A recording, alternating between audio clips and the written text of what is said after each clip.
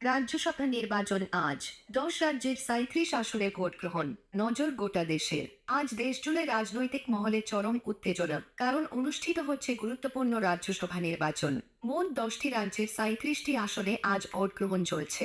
নির্ধারিত সূচি অনুযায়ী সকাল 9টা থেকে বিকেল 4টা পর্যন্ত ভোট গ্রহণ চলবে।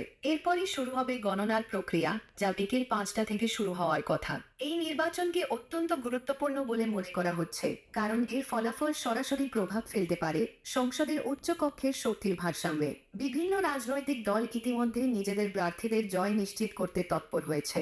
রাজনৈতিক বিশ্লেষকদের মতে কিছু রাজ্যের হাড্ডাহাড্ডি লড়াইয়ের সম্ভাবনা রয়েছে, যেখানে ক্রস ভোটিং বা কৌশলগত সমর্থন বড় ভূমিকা নিতে পারে। ফলাফল ঘোষণার পরই স্পষ্ট হবে কোন দল কতটা শক্তিশালী অবস্থানে রয়েছে রাজ্যসভায়, যা আগামী দিনের আইন প্রণয়ন এবং রাজনৈতিক সমীকরণে গুরুত্বপূর্ণ প্রভাব ফেলবে।